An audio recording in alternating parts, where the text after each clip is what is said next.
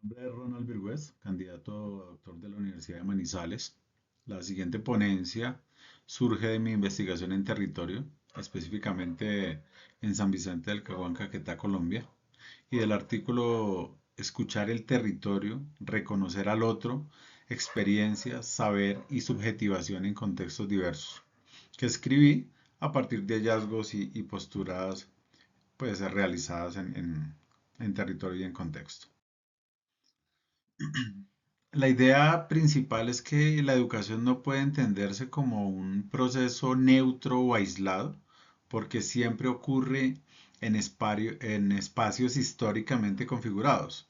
Esos territorios no son solo lugares físicos, sino son también escenarios atravesados por relaciones de poder, por discursos y por instituciones que determinan qué saberes son reconocidos como válidos y cuáles quedan marginados. Por eso el artículo propone que antes de hablar de experiencia, formación o subjetividad, es necesario analizar las condiciones espaciales, políticas y epistémicas en las que esas experiencias pues tienen lugar. El conocimiento no es algo neutro ni independiente del poder, sino que se produce dentro de dispositivos históricos que organizan lo que puede decirse eh, y pensarse y reconocerse como verdadero. Esto significa que tanto los sujetos como los territorios simbólicos y las experiencias pues están atravesadas por relaciones de poder que, que condicionan su legitimidad. En ese sentido, escuchar el territorio y reconocer al otro no son acciones simplemente descriptivas o empáticas, sino también intervenciones políticas que cuestionan el régimen de verdad desde el cual ciertas voces han sido tradicionalmente invisibilizadas o subordinadas. Me apoyo mucho en un conjunto de autores pues, que le dan solidez al marco teórico del artículo, como Foucault, que es central para pensar cómo el territorio, el saber y la subjetivación están atravesados por relaciones de poder. Spivak también nos permite problematizar la representación del otro y la condición subalterna del otro. Dewey aporta la idea de la experiencia como base formativa, mientras que Ricoeur ayuda a comprender cómo esa experiencia se configura narrativamente. Fricker introduce la injusticia epistémica, es decir, el daño que ocurre cuando una persona no es reconocida como sujeto de conocimiento. Butler aporta la dimensión de la sujeción y la constitución del sujeto. Y finalmente Levinas y Melish amplían la reflexión ética sobre la alteridad y la escucha. Ahora bien, el texto se organiza en 5 grandes unidades que no aparecen como temas separados, sino como partes de una misma secuencia conceptual. Primero se analiza el territorio como una construcción discursiva e histórica. Luego se aborda la representación y el problema del otro desde la noción de subalternidad. En tercer lugar, el artículo examina la experiencia como categoría que solo se convierte en saber bajo ciertas condiciones de legitimación. Después se estudia la subjetivación, mostrando que el sujeto se forma en redes de poder, aunque también puede desplegar resistencia y agencia. Finalmente, todo ese recorrido desemboca en una reflexión ética y pedagógica sobre la escucha y la transformación en los diferentes contextos y en contextos diversos. Aquí se plantea que el territorio no debe entenderse únicamente como una superficie física, sino una delimitación jurídica o una unidad administrativa. Más bien el texto sostiene que el territorio es una construcción histórica producida por prácticas discursivas, dispositivos institucionales y tecnologías del gobierno. Es decir, el territorio no existe solo como dato natural, sino como algo que se vuelve visible, inteligible y administrable dentro de determinadas racionalidades de poder. Por eso, analizar el territorio implica preguntarse quién lo nombra, cómo se clasifica y bajo qué lógicas se organizan en él la visibilidad, la legitimidad y el control. Entonces, lo que se plantea es que el territorio no debe entenderse como una realidad ya dada completamente previa al análisis, sino como un objeto que se constituye dentro de determinadas condiciones históricas de saber. En otras palabras, pues los objetos no aparecen de manera neutral, sino que emergen cuando ciertas prácticas discursivas e institucionales lo delimitan, los clasifican y los vuelven inteligibles. Por eso el territorio se forma como objeto de saber cuando convergen prácticas jurídicas, administrativas, estadísticas y cartográficas, que lo producen como espacio medible, administrable y gobernable dentro de una racionalidad política específica.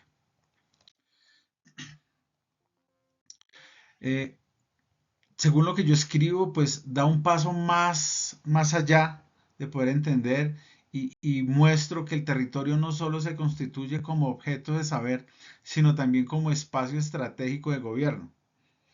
A partir de Foucault se explica que la gubernamentabilidad moderna ya no se centra únicamente, perdón, en el control jurídico del territorio, sino en la administración de la población.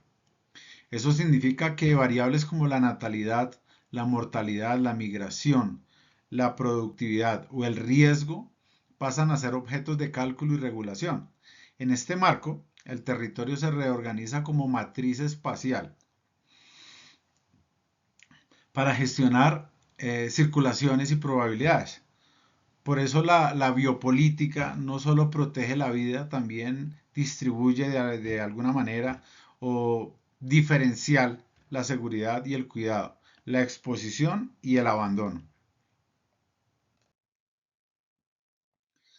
Pretendo que entender que la cartografía no debe entonces entenderse simplemente como una técnica para representar el espacio, sino como una tecnología de poder. El mapa como tal no muestra el territorio, sino que también lo organiza y lo vuelve administrable, al delimitar fronteras, clasificar zonas, jerarquizar espacios, produce regímenes de visibilidad que condicionan las formas de intervención política. Por eso el mapa no describe de manera inocente una realidad previa, sino que participa en la construcción de centros y márgenes de áreas estratégicas y periféricas, de zonas protegidas, espacios subordinados. En ese sentido, pues cartografiar también es normalizar. Colonialidad del espacio y la disputa territorial. En este punto, pues propongo que no basta con pensar el territorio como un espacio administrado, porque también debe entenderse como un espacio jerarquizado por una lógica colonial. La colonialidad del espacio permite eh, a una matriz imperial de conocimiento que no solo describe los territorios, sino que los clasifica como centrales, periféricos, productivos o atrasados, seguros o conflictivos. Eh, en esa operación ciertas territorialidades, especialmente indígenas o campesinas o comunitarias, quedan deslegitimadas frente a racionalidades estatales y económicas, presentadas como universales. Por eso sostengo que escuchar el territorio implica cuestionar esas categorías heredadas y abrir la posibilidad de pensar espacialidades no subordinadas a la lógica imperial. Representación, subalternidad y el problema del otro. En esta segunda parte, la reflexión del territorio hacia el sujeto representado es que el otro no debe entenderse como diferencia natural o previa al discurso, sino como una figura históricamente producida dentro de relaciones de poder.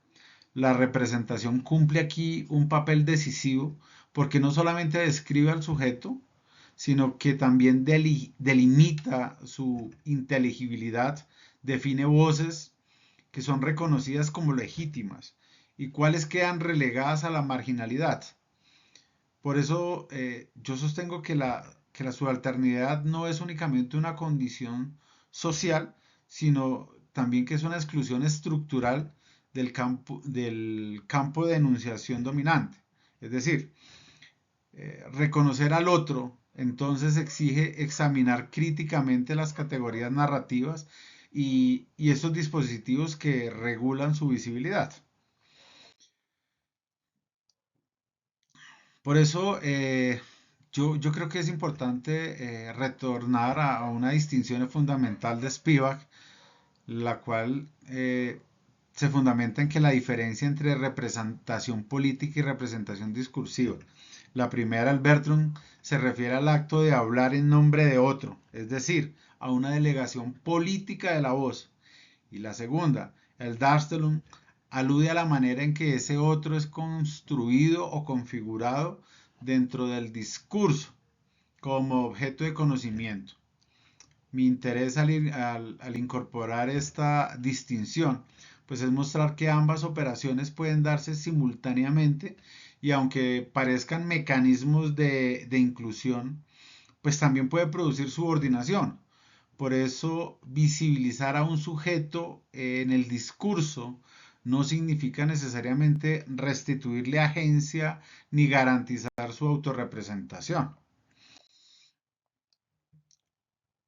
Es por eso que se debe profundizar en la noción de violencia, en esa violencia epistémica para mostrar que la subalternidad no se explica solo por desigualdades materiales, sino también por mecanismos de exclusión, inscritos en el orden del conocimiento.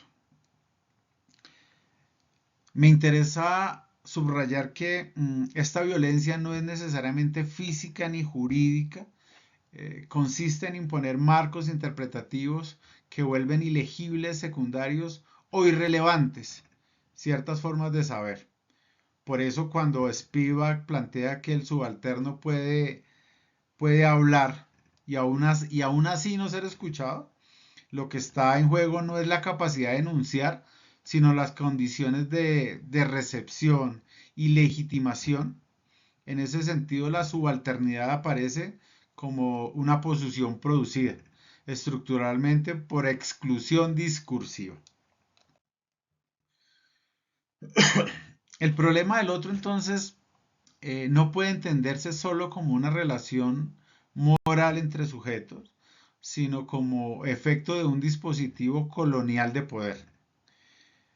Es que ese dispositivo no se limita a dominar territorios o administrar poblaciones, sino que también produce formas específicas de subjetividad. El otro aparece entonces como objeto de saber, de intervención y de clasificación, dentro de una estructura que define qué diferencias resultan inteligibles y cuáles quedan subordinadas. En esa lógica, la alteridad no se reconoce en sus propios términos, sino que es traducida mediante categorías externas que reorganizan su experiencia. Por eso yo sostengo que el poder colonial no solo excluye, sino que fabrica visibilidades y opacidades diferenciales. Identidad, diferencia y ética de la mediación. Por ende, la ética no puede entenderse como una esencia estable ni como una verdad interior del sujeto. En diálogo con Foucault, Hall, Baba y Spivak, es de entender que la identidad es una construcción histórica producida en prácticas discursivas y que la diferencia no es simplemente diversidad cultural, sino, sino una relación organizada por jerarquías de poder. Hall permite ver la identidad como una posición enunciativa. Bauer introduce su carácter ambivalente e híbrido y Spivak advierte el riesgo de fijar al otro en categorías que lo esencializan. Por eso, reconocer al otro implica desnaturalizar esas clasificaciones y comprender que toda construcción cultural es atravesada por una política de la visibilidad. Surge entonces una pregunta muy importante y es, ¿cómo la experiencia entonces llega a convertirse en saber legítimo? Y creo que la experiencia no puede entenderse como una vivencia pura, inmediata o autosuficiente. Más bien adquiere sentido dentro de mediaciones históricas y discursivas e institucionales que determinan qué puede ser reconocido como conocimiento válido. Por eso no toda experiencia no entra de la misma manera al campo del saber. Algunas son autorizadas, mientras que otras quedan descalificadas o subordinadas. En ese sentido, escuchar el territorio no consiste solo en recoger experiencias, sino interrogar críticamente los dispositivos que le conceden o les niegan autoridad. Y esa autoridad, una autoridad epistémica, epistemológica. Entonces, la experiencia no debe entenderse como una vivencia pura, inmediata o autosuficiente. Desde una lectura Foucaultiana, la experiencia es una categoría históricamente configurada en la intersección entre saber, poder y subjetividad. Esto significaría que no existe como dato previo el discurso, sino que solo adquiere inteligibilidad dentro de un régimen de enunciación que, que la hace pensable, decible y reconocible. Además, su dimensión política aparece cuando observamos que no todas las experiencias pueden convertirse en saber legítimo. Unas son validadas institucionalmente y otras quedan excluidas o desautorizadas. Por eso, la experiencia es también un espacio de disputa epistemológica. Porque si la experiencia solo adquiere inteligibilidad dentro de regímenes de verdad históricamente configurados, entonces también debe cuestionarse la pretensión de universalidad del conocimiento moderno. Es por eso que planteo que la noción de saber situada no como una postura relativista, sino como una crítica a la ficción de neutralidad del sujeto, de este sujeto epistémico, de este sujeto occidental, en diálogo con Foucault, Spivak, Dussel, pues yo creo que ese conocimiento se produce desde una localización histórica, corporal y geopolítica concreta. Reconocer esa localización no debilita a la investigación, al contrario, la fortalece porque desplaza su legitimidad desde la supuesta neutralidad hacia la reflexibilidad, hacia esa reflexibilidad crítica sobre sus propias condiciones de producción.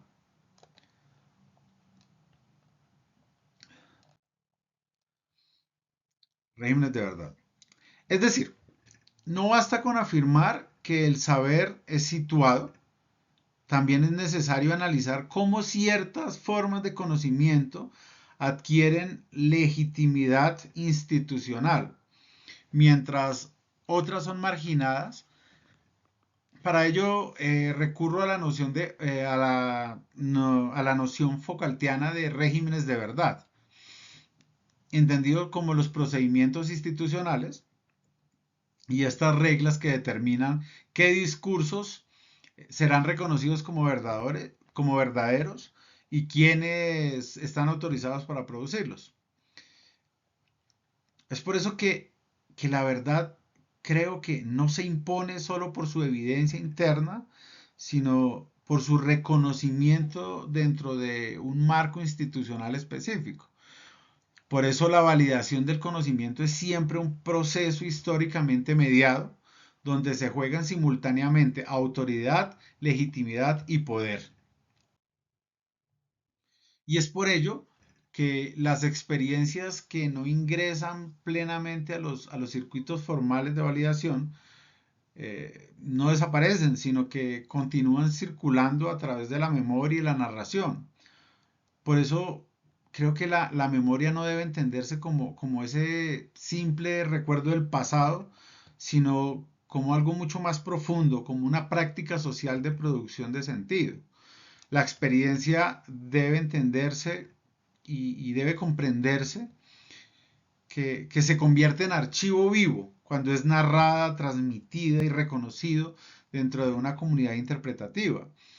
Pero también creo que, y es un punto clave, que toda traducción cultural de esa experiencia implica una mediación. Traducir entonces no es un acto neutro porque reorganiza lo vivido dentro de marcos conceptuales e institucionales que pueden conservar sentidos, pero también transformarlos o incluso subordinarlos. Y aquí entonces empiezo a hacer el desplazamiento, el análisis hacia el lugar donde se encarnan las operaciones que he venido desarrollando. El sujeto, mi planteamiento es que la subjetividad no debe pensarse como una interioridad previa o intacta frente al proceso histórico de producción, regulación y reconocimiento. Retomando a Foucault, sostengo que el poder no solo reprime, sino que produce sujetos. Sin embargo, esa producción no clausura toda posibilidad de acción, todo lo contrario. La subjetivación es un proceso ambivalente, porque al mismo tiempo que constituye formas de sujeción, abre espacios de resistencia y de agencia. Esa agencia, no obstante, no se ejerce por fuera del poder, sino dentro de sus propias condiciones. Acá yo retomo la palabra, la obra tardía de Foucault para mostrar que la subjetivación no puede explicarse únicamente de dispositivos externos de disciplina o control, donde las tecnologías del yo introducen una dimensión reflexiva en la que el sujeto participa activamente en su propia constitución. Esto pues significa que la formación del sujeto no es solamente en efecto pasivo de normas impuestas de afuera, sino también el resultado de prácticas históricamente situadas mediante los cuales los individuos trabajan sobre sí mismos. Sin embargo, yo creo que no hay que idealizar esa reflexividad. No existe un yo previo a las normas, pero tampoco una subjetividad totalmente determinada por ellas. El sujeto se forma precisamente en esa tensión entre sujeción y práctica de sí. Ahora bien, la subalternidad no debe entenderse ni como silencio absoluto ni como afirmación romántica de una agencia pura. Retomando a Spivak, yo sostengo que el sujeto subalterno sí actúa, negocia, resiste e interpreta su realidad, pero esa capacidad no se despliega en condiciones de igualdad. La agencia existe aunque está mediada por estructuras discursivas e institucionales que condicionan su visibilidad y su reconocimiento. Por eso una voz puede enunciarse y sin embargo no ser escuchada como conocimiento válido. Mi planteamiento es que la agencia subalterna debe pensarse como una práctica situada y ambivalente, atravesada al mismo tiempo por la posibilidad de acción y por límites históricos concretos.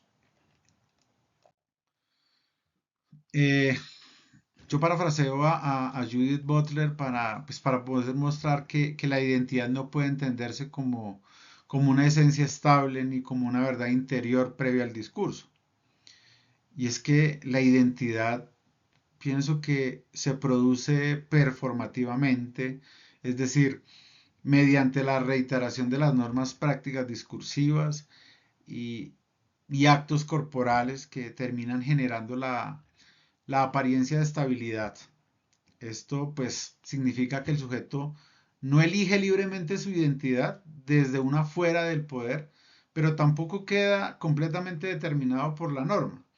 Precisamente la norma debe repetirse. Esa repetición puede abrir variaciones, fisuras y desplazamientos. Yo por eso sostengo que la agencia no es exterior al poder, sino una capacidad de rearticulación interna dentro de las condiciones que constituyen al sujeto.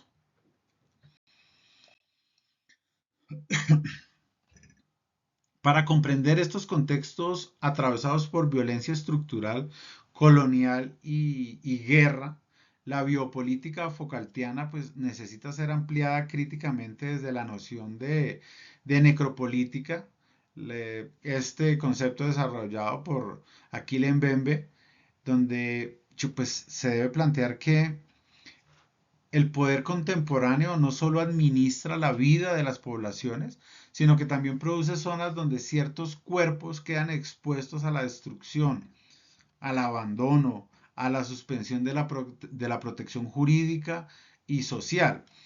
Por eso, por eso es que hay que entenderse entonces que la resistencia no hay que pensarla únicamente como oposición frontal al poder ni como un gesto heroico de ruptura total. Yo creo que la resistencia también puede operar en escalas reducidas, en prácticas locales, relacionales y situadas que modifican el campo de fuerza sin necesidad de destruirlo por completo. A mí me interesa mostrar que estas prácticas contrahegemónicas pueden aparecer en pequeñas reorganizaciones del sentido, en apoyos comunitarios o en resignificaciones culturales que no siempre ingresan al registro institucional. Por eso afirmo que esta subjetivación no produce solo por sujeción, sino también posibilidades de desplazamiento, variación y rearticulación interna del orden dominante. Es por ello que la pedagogía no puede entenderse como una simple transmisión neutral de contenidos, porque la escuela participa activamente en la producción, la validación y la jerarquización del saber. Por eso, una pedagogía crítica no se produce a cambiar estrategias didácticas, sino que implica interrogar las estructuras epistémicas heredadas de la modernidad colonial y en diálogo con Foucault, Spigel y Freire, pues propongo entonces que transformar la educación exige revisar no solo qué se enseña, sino también quién puede ser reconocido como sujeto de conocimiento y bajo qué condiciones. Descolonizar el saber, yo creo que significa precisamente abrir la escuela a una relación más reflexiva, dialógica y situada con las experiencias históricamente marginadas. Una pedagogía realmente transformadora no puede limitarse entonces a incluir contenidos diversos, sino que debe asumir el horizonte de justicia cognitiva. Retomando un poco a Boaventura de Sousa, planteo que las desigualdades sociales están ligadas también a desigualdades en el reconocimiento del conocimiento. Por eso la pluralidad epistemológica no significa relativismo ni eliminación de criterios de validez, sino revisión crítica de las jerarquías históricas que han presentado un solo modelo de racionalidad como universal. Yo creo que reconocer saberes no hegemónicos exige también intervenir en los regímenes de verdad, en los procedimientos de acreditación y en los criterios en los que una institución decide ¿Qué cuenta como conocimiento legítimo? En esta parte final, pues trazo que la escucha no puede entenderse como una actitud pasiva emocional o meramente metodológica. Yo creo que escuchar constituye una práctica política transformadora, porque interviene directamente en la relación entre saber, poder y reconocimiento. Desde esta perspectiva, escuchar entonces implica alterar la distribución de la palabra, revisar quién puede ser reconocido como interlocutor legítimo y cuestionar las estructuras que vuelven inaudibles ciertas voces. Por eso no se trata entonces de hablar por el otro ni de apropiarse de su experiencia, sino de transformar estas condiciones que históricamente han limitado su reconocimiento. En el plano pedagógico, esto exige una reflexividad institucional y disposición a reconfigurar marcos curriculares y metodológicos. Yo creo que, como conclusión, yo creo que pues hay que pensar que el territorio, la representación, experiencia y la subjetivación no son dimensiones separadas, sino son parte de un mismo campo de problematización. El territorio no es un simple escenario físico, sino una construcción histórica y política del mismo modo que otro no aparece de manera inmediata, sino a través de representación atravesadas por relaciones de poder. La experiencia, por su parte, no se convierte automáticamente en saber porque pues, depende de condiciones de legitimación institucional y epistémica. Finalmente, la subjetivación muestra que el sujeto se forma en tensión entre sujeción y agencia. Por eso, escuchar al territorio y reconocer al otro constituye una práctica transformadora en el plano ético, pedagógico y político. Ya con esto pues termino. Agradezco mucho su atención. Muchísimas gracias.